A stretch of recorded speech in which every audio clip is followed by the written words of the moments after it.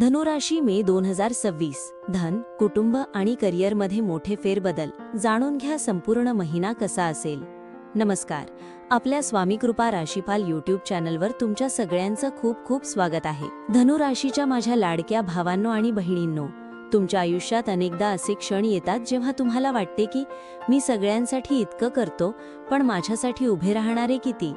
कधी कधी मन इतकं भरून येतं की कोणापाशी तरी मन मोकळं करावं असं वाटतं. पण काळजी करू नका, आज तुमचा हा भाऊ तुमच्या पाठीशी उभा आहे.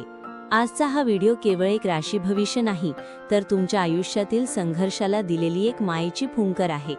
मे 2026 मध्ये तुमच्या आयुष्यात असे काही मोठे फेरबदल होणार आहेत जे ऐकून कदाचित तुमच्या डोळ्यात पाणी येईल. पण लक्षात ठेवा, प्रत्येक अश्रू हा दुःखाचा नसतो, काही अश्रू विजयाचेही असतात. व्हिडिओ सुरू करण्यापूर्वी मला तुम्हाला एक मनापासून प्रश्न विचारायचा आहे. तुमच्या आयुष्यातील असे कोणते स्वप्न आहे जे पूर्ण करण्यासाठी तुम्ही स्वतःला विसरला आहात?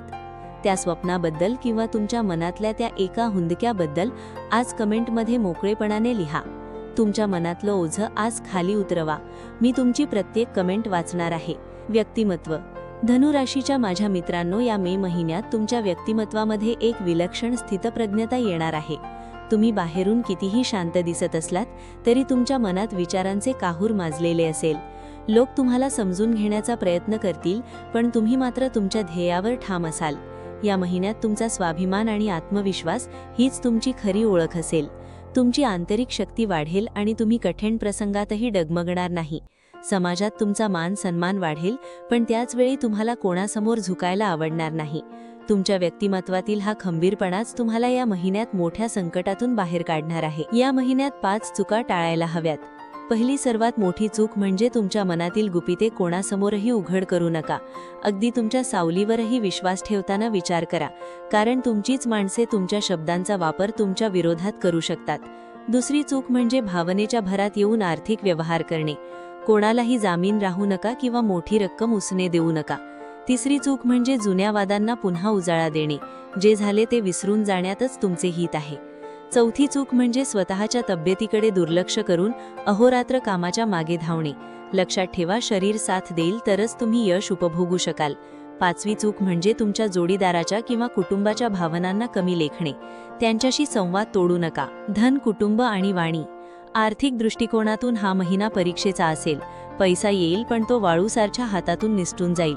त्यामुळे खर्चावर नियंत्रण ठेवा. कुटुंबात काही जुन्या गोष्टींवरून मतभेद होऊ शकतात, पण अशा वेळी तुमची वाणी मृदू ठेवा. तुमचे एक चुकीचे वाक्य वर्षानुवर्षांचे संबंध तोडू शकते. तुमच्या शब्दांमध्ये जादू आहे, पण या महिन्यात त्या शब्दांचा वापर शस्त्र म्हणून करू नका, तर मलम म्हणून करा. कुटुंबातील सदस्यांना तुमच्या वेळेची आणि प्रेमाची गरज आहे हे विसरू नका. पराक्रम, परिश्रम आणि प्रवास. या महिन्यात तुम्हाला नशिबापेक्षा तुमच्या कष्टावर जास्त विश्वास ठेवावा लागेल. तुम्ही जेवढे जास्त परिश्रम कराल तेवढेच गोड फळ तुम्हाला मिळेल. पराक्रम गाजवण्याची अनेक संधी तुम्हाला मिळतील, पण त्यासाठी तुम्हाला तुमच्या कम्फर्ट झोनमधून बाहेर पडावे लागेल. प्रवासाचे अनेक योग येतील. कदाचित कामाच्या निमित्ताने तुम्हाला लांबचा प्रवास करावा लागेल. हा प्रवास शारीरिकदृष्ट्या थकावणारा असला तरी मानसिकरित्या तुम्हाला खूप काही शिकवून जाईल. प्रवासात मौल्यवान वस्तूंची काळजी घ्या. वास्तू, वाहन आणि जमीन. घर घेण्याचं स्वप्न पाहणाऱ्या धनुराशीच्या लोकांसाठी हा महिना अत्यंत महत्त्वाचा ठरेल. जर तुमची काही कामे रखडली असतील तर ती मार्गी लागतील. नवीन वाहन घेण्याचे योग प्रबळ आहेत, पण वाहन घेताना त्याचा उपयोग आणि बजेट याचा विचार नक्की करा. जमीन जुमल्याच्या व्यवहारात फसवणूक होण्याची शक्यता आहे, त्यामुळे कागदपत्रे वाचल्याशिवाय कुठेही सही करू नका. वडिलोपार्जित संपत्तीचे वाद असतील तर ते सामंजस्याने सोडवण्याचा प्रयत्न करा. शिक्षण, संतती आणि प्रणय. विद्यार्थ्यांसाठी हा काळ अत्यंत मेहनतीचा आहे. एकाग्रता भंग होऊ देऊ नका. सोशल मीडिया आणि मित्रांपासून थोडे लांब राहा. तुमच्या संततीच्या भविष्याची चिंता तुम्हाला सतावू शकते, पण त्यांच्यावर विश्वास ठेवा, ते नक्कीच काहीतरी चांगलं करून दाखवतील. प्रेम संबंधांमध्ये हा महिना चढउताराचा असेल. तुमच्या पार्टनरला समजून घेण्याचा प्रयत्न करा. छोट्या गोष्टींवरून वाद घालणे टाळा. जे लोक अविवाहित आहेत त्यांना काही चांगले प्रस्ताव येण्याची शक्यता आहे. आरोग्य, कर्ज आणि स्पर्धक. आरोग्याच्या बाबतीत हा महिना मध्यम असेल. पोटाचे विकार किंवा डोळ्यांच्या समस्या जाणवू शकतात. मानसिक ताण घेऊ नका, कारण त्याचा परिणाम तुमच्या कामावर होईल. कर्जाचे हप्ते वेळेवर फेडण्याचा प्रयत्न करा आणि नवीन कर्ज घेणे टाळा. तुमचे स्पर्धक तुमच्या प्रगतीवर जळणारे असतील, ते तुमच्या विरोधात कारस्थान रचू शकतात, पण तुमची हुशारी त्यांना चारी मुंढे चित करेल. नोकरी करणाऱ्या लोकांसाठी हा महिना बदलाचा असेल. कदाचित तुमची बदली होऊ शकते किंवा कामाचे स्वरूप बदलू शकते. वरिष्ठांची जुळवून घ्या. व्यवसायात मात्र तुम्हाला मोठी झेप घेण्याची संधी मिळेल. नवीन भागीदारी करताना सावध राहा.